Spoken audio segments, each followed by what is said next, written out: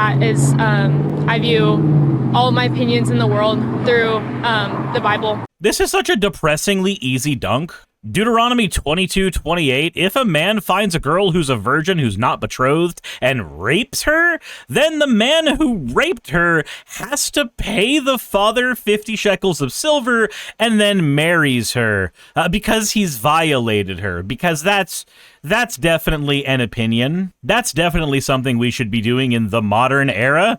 But don't worry, guys, it's definitely different if he rapes her and she had a husband. So I guess get married early or be forced to marry a rapist or some shit. I don't know. I just feel like there's nothing inherently wrong to being a Christian, but there is something 100% wrong with trying to use the Bible for every single one of your opinions, because there are just some opinions that you ought not fucking have. But who knows? Maybe the book is filled with some other opinions we could find useful, like how verse 30 mentions that if a woman is found to be issued an essay on the topic of gender, that woman must contact Turning Point USA immediately so as to gain notoriety and status forevermore in the kingdom of Kirkdom.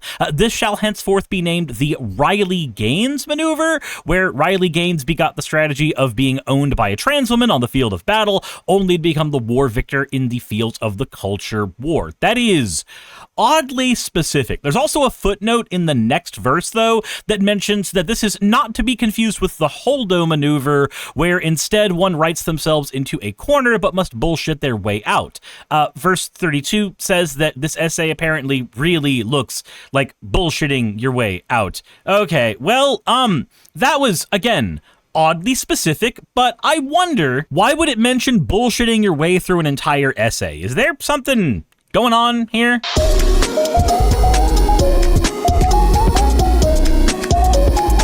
All jokes about trying to get all of your opinions about modern day society from a book written several thousand years ago aside, if you're unfamiliar with what has happened lately, if you've been under a rock, then you probably haven't heard about what's been going on in Oklahoma.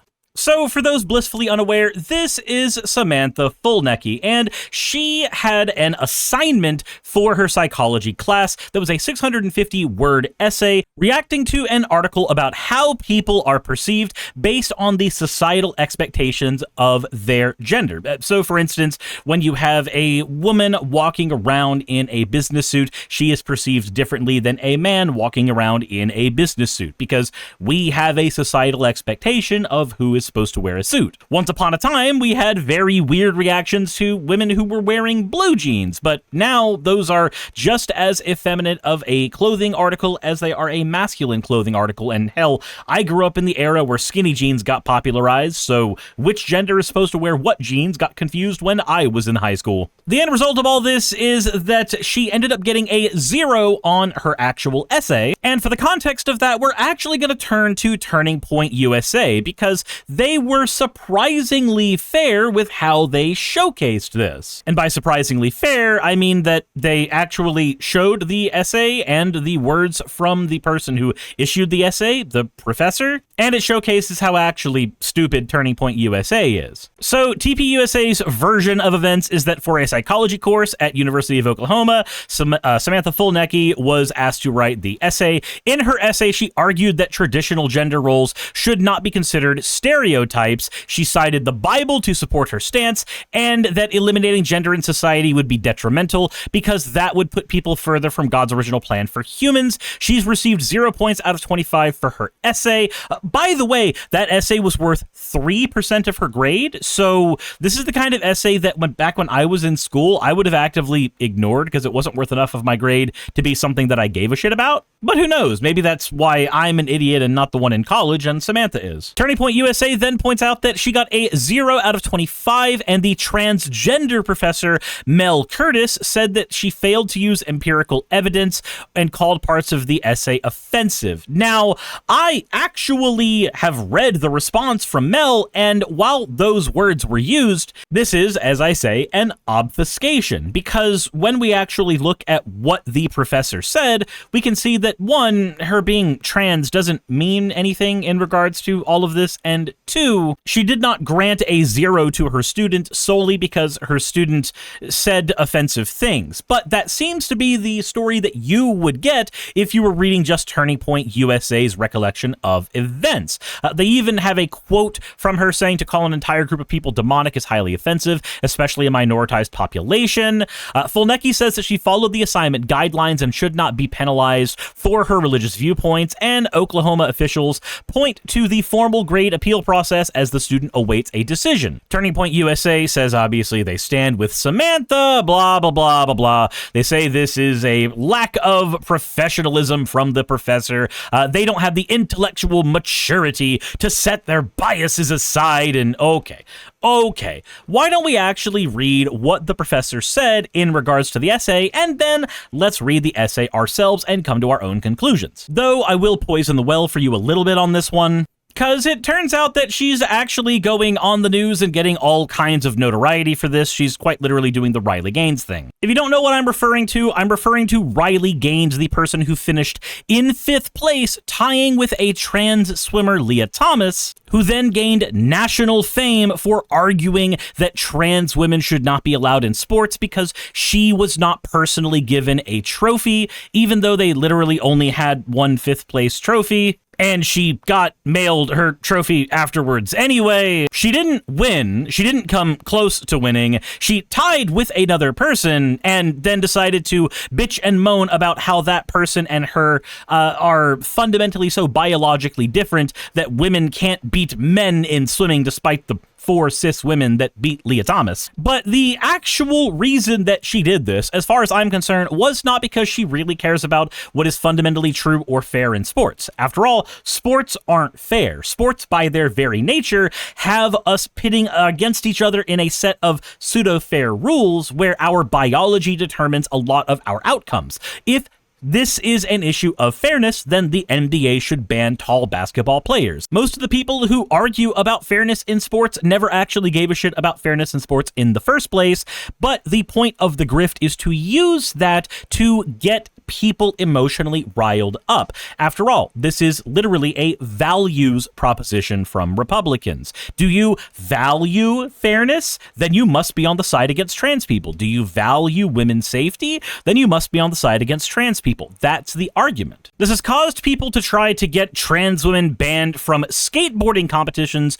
where, despite ranking significantly lower overall than other skaters in the competitions, don't worry, the trans skateboarder is the threat to all of you with an insurmountable biological advantage, despite, again, being ranked 838th in the world, with people ranking 2nd in their same races, ranking 133rd in the world. But don't worry, insurmountable biological advantages. Or how about the insurmountable biological advantages that trans women possess in the fields of chess?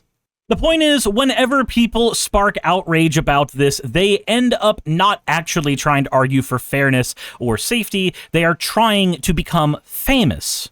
Take one Stephanie Turner, who I'm picturing right here. She is the woman who decided that she did not want to fight against a trans person in the United States fencing competition, so instead she decided to kneel against her opponent in protest. And of course, she got on the news and sparked a whole bunch of controversy. But seeing as this happened after 1990, you can see that fencing competitions in the United States are generally co-ed sports, where women and men fight each other all the time. So irrespective of your stance on, gender and what gender the trans person actually is, we still have a co-ed sport here where it's entirely fair for women to fight men and vice versa. So even if you are so transphobic as to say that women who are trans are not actually women, that doesn't matter in the face of how these competitions are actually ran. But even as right-wing news outlets try to sound the alarm about how many trans people are dominating sports and everything else,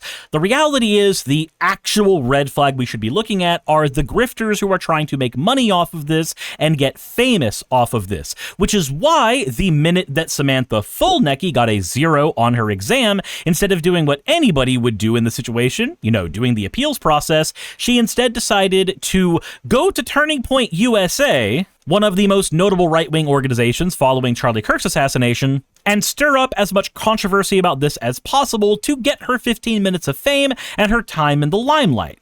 Again, I've really poisoned this well for you, and I'm sorry about that, but let's go ahead and read what her professor had to say about her essay, and then we'll read the essay and see if any of those words are fair. Again, Turning Point USA provided these screenshots to us specifically. So, Mel, her professor, says that, please note, I am not deducting points because you have certain beliefs, but instead I am deducting points for your posting a reaction paper that does not answer the questions for the assignment, contradicts itself, heavily uses personal ideology over empirical evidence in a scientific class, and is at times offensive. While you are entitled to your own personal beliefs, there is an appropriate time or place to implement them in your reflections.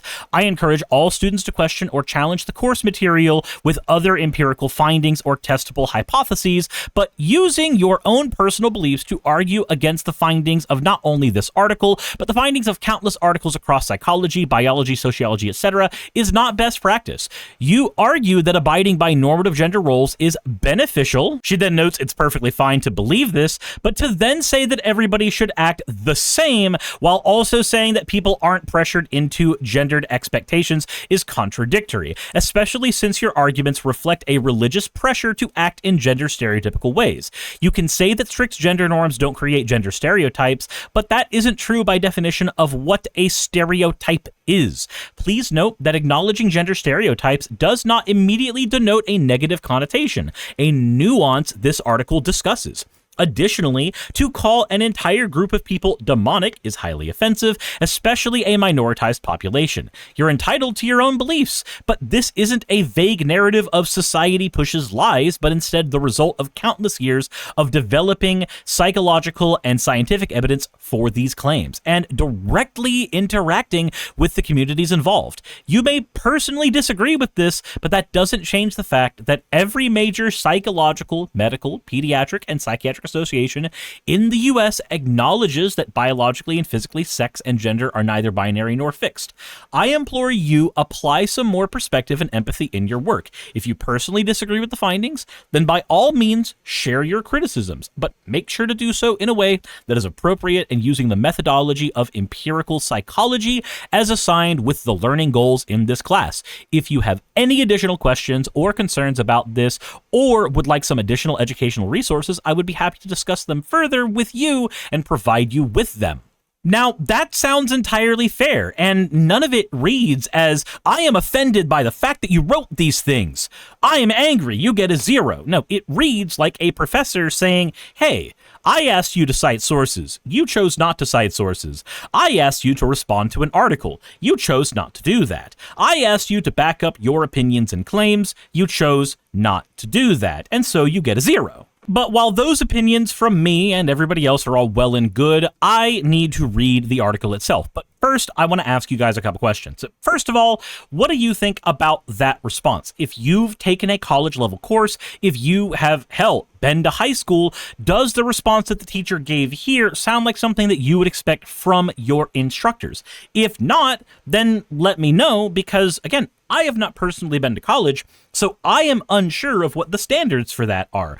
I would like to know y'all's opinions and y'all's perspectives. I would also like to be as even-handed as possible here, so I want to say as well, if you value fair and honest political analysis that tries to make politics less miserable, do me a favor and subscribe, and then tell 3 friends what I'm doing over here. That all said, let's go ahead and get into the essay itself and see what it says. Now, she notes that the article she read was very thought-provoking and caused her to thoroughly evaluate the idea of gender and the role it plays in society. The article discussed peers using teasing as a way to enforce gender norms, but then notes that she does not see this as a problem. Now, mind you, This is a person in a psychology course. You would think somebody who is trying to learn about how the human brain responds to stimuli, that negative stimuli would be something she would be even mildly, empathetic to. She then proceeds to say that God made male and female and made us differently from each other on purpose and for a purpose. Okay, well, now you have made a claim. Now you must have evidence of that claim. This is how this works. When you make a claim in a paper that is asking you for a bibliography is a list of sources, and those sources usually have to coincide with the claims that you make. This is the reason why when I do these edited videos, I try to have sources in the description below, but even that would not be considered a bibliography for a college course. Those kinds of bibliographies tend to actually have links to claims specific for each and every source, whereas mine is more of a here's some general reading that I had to do while making this video. What I'm saying is the standards for YouTubers are lower than the standards for college, and yet for some reason people listen to us a lot more when it comes to politics, and I think that that's wrong. She then says that God is very intentional with what he makes, and I believe trying to change that would only do more harm. Again, this is another claim. Now that you've made a second claim, changing the way we look at gender causes harm, you now need to cite a source for that claim. Gender roles and tendencies should not be considered stereotypes. All right, this is, for a third time, say it with me in the comment section, this is a claim and should be backed up by evidence. I'm just going to go with a quick Google definition of what is a stereotype, but it is a widely held but fixed and oversimplified image or idea of a particular type of person or a thing. So for instance, if you say that women naturally want to do womanly things because God created us with those womanly desires in our hearts, the same goes for men, that would be an example of a stereotype. It's also the exact words she wrote in her essay. When you say that women naturally want to do womanly things, we have once again caused ourselves a bit of a problem, though, because now I need you to define what a womanly thing is. What is a womanly thing? Again, let me know in the comment section below what womanly things you think exist, because as far as I know, the most womanly thing that I've had to deal with is people's fucking fascination with playing Grixis in Magic the Gathering. I do not know what it is about the color combination of villains, but people with boobies seem to really fucking like it. We then get God created men in the image of his courage and strength, and he created women in the image of his beauty. Again, we have another set of claims. You need to have a citation for these claims. There needs to be something there. And you can't just have citation the Bible, citation the Bible, citation the Bible. Because I feel like if you cited the Bible when trying to talk about, say, germ theory, you would be laughed out of damn near any class. The essay goes on to say he intentionally created women differently than men,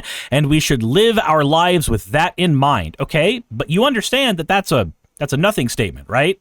If I say men and women are different, everybody can nod their heads and agree, but I haven't quantified what those differences are, why those differences exist, and if they matter even in the slightest. She then goes on to say in her essay, it is frustrating to me when I read articles like this and discussion posts from my classmates of so many people trying to conform to the same mundane opinion so they do not step on people's toes. Ma'am, I do not know if you understand, but biblical gender roles are in fact the same mundane opinion that we've been dealing with for the past century in the United States. I don't think you understand what a same mundane opinion is.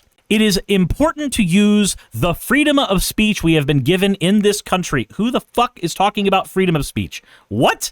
And I personally believe that eliminating gender in our society would be detrimental as it pulls us farther from God's original plan for humans. So, eliminating gender from society.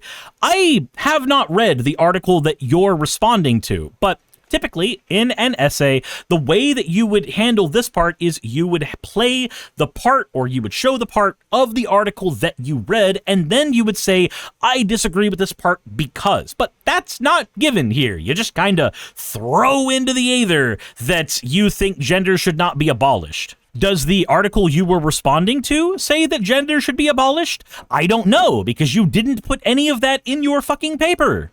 You also claim about God's original plan for humans, but you do not cite anything for that either.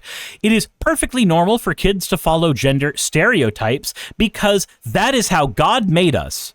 Again, that is a nothing statement. If I say, that man is a rapist, and you say, but that is how God made him. Okay, and Samantha, that doesn't mean anything for me. The reason so many girls want to feel womanly, again, what does womanly mean here, and care for others in a motherly way is not because they feel pressured to fit into societal norms. It is because God created and chose them to reflect his beauty and his compassion in that way. All right, well, God has a vagina, confirmed. In Genesis, God says that it is not good for a man to be alone. Yeah, that's why it's called Magic the Gathering, Fulnecky.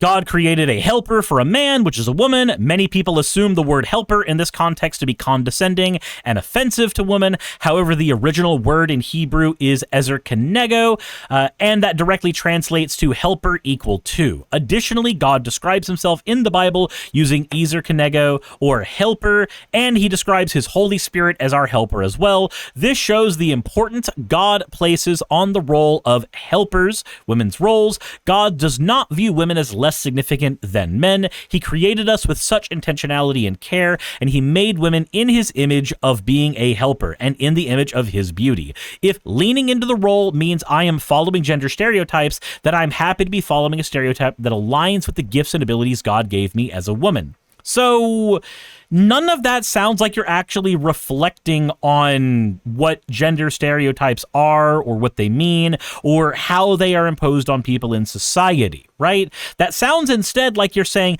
well, if the gender stereotype of woman is that I give the fuck, I give the help, and I make the babies, and I do these things all the time, then that's what God intended, and I love that. And that's fine. You're able to do that. Nobody is saying you can't be a trad wife with no education. You're doing a fantastic job already of showing us what that looks like. You're opening up like you're having to defend the premise that it's okay for women to be trad wives, and I don't think anybody is arguing that women can't be trad wives. Also, I don't know if you noticed, but on the side here, one of the top responses from J.O. or John Hollow is, does Samantha have a learning disability? Which, yeah, is fairly insulting and demeaning to people with learning disabilities, but at the same time, it's actually kind of funny. Like, this does kind of read like a middle schooler's essay. God likes me, therefore women good. Women good because women get things God told them to do. That makes it good because God likes it. She then notes that I do not think women are pressured to be more masculine or feminine, which is really weird because of all of this glazing about God's purpose for women being about womanly things. And we have a word to describe the adjective for womanly things, and that is usually feminine things. So I can see why your professor mentioned how this was very, very contradictory, because when you say that I don't think these people are pressured to be masculine or feminine, but you also note that, but it's God's plan for them to be that, I don't think that a mandate from God can be described as anything but pressure from like the highest ground. Anyway, she goes on to say, I strongly disagree with the idea from the article that encouraging acceptance of diverse gender expressions could improve a student's confidence. Right, so if more people around you are more accepting of who you are, that could never help inspire your confidence. That's a very weird take. I don't think I want you operating on my brain, Samantha. Society pushing the lie that there are multiple genders. There are multiple genders. In fact, you believe in multiple genders. Because you believe in two fucking genders, Samantha. Unless you plan on writing your article differently, the statement two and multiple can mean the same thing. Two is a multiple of one. If you believe there are two genders, then when you say society pushing the lie that there are multiple genders, that means you believe in the, quote, truth that there is only one gender. And to that I have to ask, did you write this page for a middle school assignment? She then says that the idea that everyone should be whatever they want to be is demonic and severely harms American youth. Okay, so again, you've made a series of claims. Now you must back them up with citations. Why is it demonic? And now that we have mentioned why it is demonic, why is being demonic bad? Why is that considered the bad thing? And many of you might say in my comment section that, well, we always know why something being demonic is bad, but I don't think you understand. For a college-level essay, you tend to not assume that the reader understands what you're talking about. You assume the reader could be anybody. This is not a conversation between you and a best friend with a bunch of inside jokes. This is a conversation between you and whomever may be reading the paper. So you can't work as if you and that person have a shared understanding of everything. You have to define your terms. You have to cite your sources. You have to lead the reader through the waters. At least that's how I understand these assignments to work. Pushing the lie that everyone has their own truth and everyone can do whatever they want and be whoever they want is not biblical whatsoever. Again, nobody's arguing that it's biblical. That's not what the assignment was grading you on. The assignment didn't say anything about the Bible, Samantha. She then says, the Bible says that our lives are not our own, but that our lives and bodies belong to the Lord for his glory. I live my life based on this truth and firmly believe that there would be less gender issues and insecurity in children if they were raised knowing that they do not belong to themselves, but that they belong to the Lord. So these kids would be happier if they thought they were slaves. That's what you said. Those are the words you wrote on your essay. Overall, reading articles such as this one encouraged me to one day raise my children knowing that they have a heavenly Father who loves them and cherishes them deeply, and that having their identity firmly rooted in who he is will give them the satisfaction and acceptance that the world can never provide for them. My prayer for the world is, and specifically for American society and youth, is that they would not believe the lies being spread from Satan that make them believe they are better off as another gender than what God made them. Ma'am, you are studying for a psychology course. Please read the DSM-5, read what it says about gender dysphoria. Please and thank you. Anyway, continuing on, she says, I pray they will feel God's love and acceptance as who he originally created them to be. Ma'am, you can't read God's mind. He originally created that woman to be trans. That is his idea. And if you think I can't read God's mind, fucking prove it. Fucking prove it. And cite your sources. Then the article afterwards. Oh, read them, have you? Well, page turners, they were not. That said, I find that a pretty good idea whenever looking into any of this is to see what opinions other people have had on the internet about what is going on with this whole situation, because the essay clearly stinks. And even though the essay probably should have gotten at least a 5, because like I said, it was clearly written, sharks can smell blood in the water, and something smells really fishy here. So I went on to Reddit, and there was a person there that actually said that the reading comprehension level throughout this whole essay is shockingly low. And instead of using the appeal process to actually try to get her essay graded better, she immediately went to Turning Point USA to manufacture outrage, to which another user responds kind of tinfoil hattily that this smells like a setup, too much of a coincidence that the marker is a trans. If you want to defend your points with the Bible, that's fine by me, but show me the Bible verse and elaborate your point. Her argument is simply because I think so. And then there was this part right here about how apparently Samantha's mother is a lawyer who defended January 6th insurrectionists. Okay, so this is where I would have to be a little tinfoil hatty because, for instance, there's members of my family who are MAGA Republicans, and I still spend Thanksgiving and Christmas with them, so it's kind of weird to say that because her mom is one thing, she most certainly would be the same thing or the same flavor of person. But when I actually decided to look into this particular claim, I ended up finding an article that mentioned that Samantha Fulnecky's mother, Kristi Fulnecky, was a politician in Springfield. In Springfield, they're eating the dog, they're eating the cats, they're eating dinner. Looking more into her mother, apparently she's a lawyer and a politician. She filed a bunch of lawsuits against Springfield and others challenging mask mandates, and she's been accused of violations of legal ethics. Apparently she's had to block a whole bunch of people on her Councilwoman Fulnecky Facebook page because they would offer criticism of her. But this entire thing is not about the mother. I just ended up needing to look a little bit into her because that seemed kind of important to at least a couple people on Reddit. But this does start to paint a clearer picture of what's going on, because her mother started posting online about her daughter being a proud warrior for Christ. It's really weird to see a parent defend their children getting a grade of 0 on an assignment. I think I might just be from a different generation of people, but if I failed an assignment, I usually would get in trouble for that. Now, obviously, this is a college assignment, so the amount of trouble one could get in is severely limited. But the point is, I'm getting a picture of a very, very ideologically motivated, not only daughter, but family. When we look at the history of the mom vowing to get liberals who work for the city out of the city, who has to have her lies publicly addressed by the mayor of her city, I get the vision of a very, very bitter and just mean woman. And I cannot, again, completely say that that would 100% be reflective in the daughter, but I did read her essay, and that's kind of what I got. Especially since the very first thing that she does is say, I think bullying is a great way to actually enforce gender norms. I don't see that as a problem whatsoever.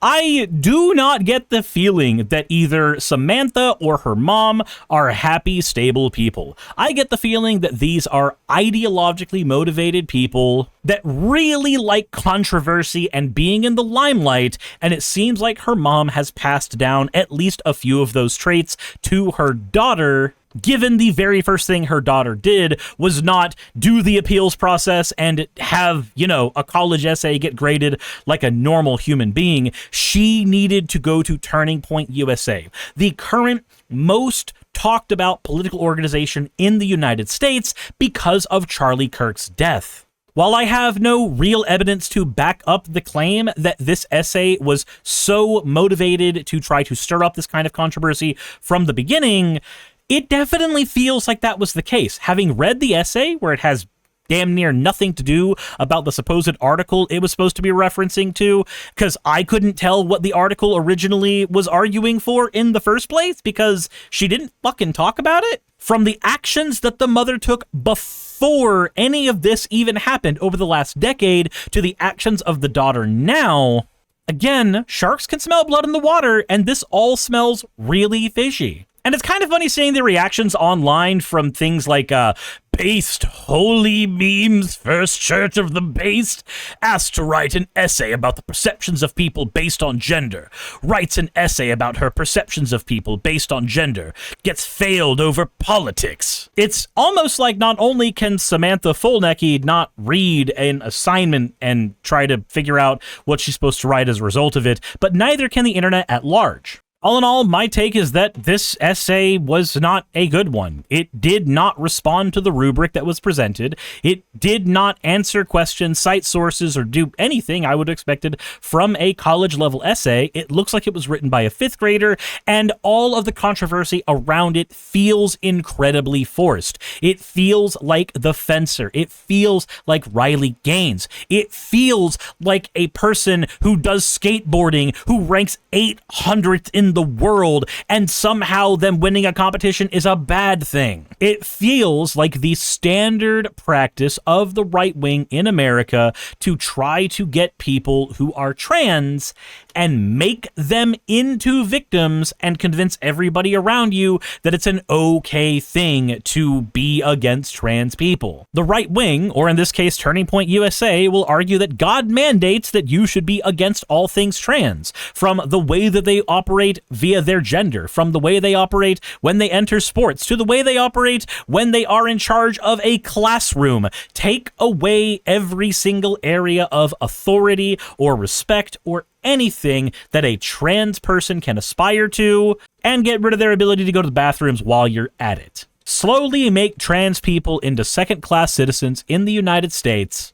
and if a handful of grifters can make a bunch of money and get famous in the process, then all the better for them. At least, that seems to be the strategy from my perspective. But I want to know y'all's perspective. Let me know in the comment section below what you think is really going on here. What did you think of Samantha's paper? What did you think of the responses from Turning Point USA, from the mother, from, well, the internet at large. I want to know y'all's opinions. And again, if you value fair and honest political critique and a person who's trying to make politics less miserable to engage with, then maybe consider subscribing to my channel and letting a couple friends know what I'm doing over here. That said, thank you so much for watching. I'll hopefully see y'all in the next one. Insert end of video tagline here. Hey, you made it to the end. I want to give an extra thanks to the patrons who allow me to do this full time. I want to thank Aaron Rail, Astral, Britzkrieg, Jemshin, Poundini, Red Joker, Victoria, Jonas, Craig, Tarika, Fireshard, Smiling GM, John, Dren Hadamada, Creeper, Sagitta, you know I'm not saying that last part, Valis of Seraph, Ottoman Angel, Rooster Rachel, and Fire Panda, who are all my $20 and up patrons.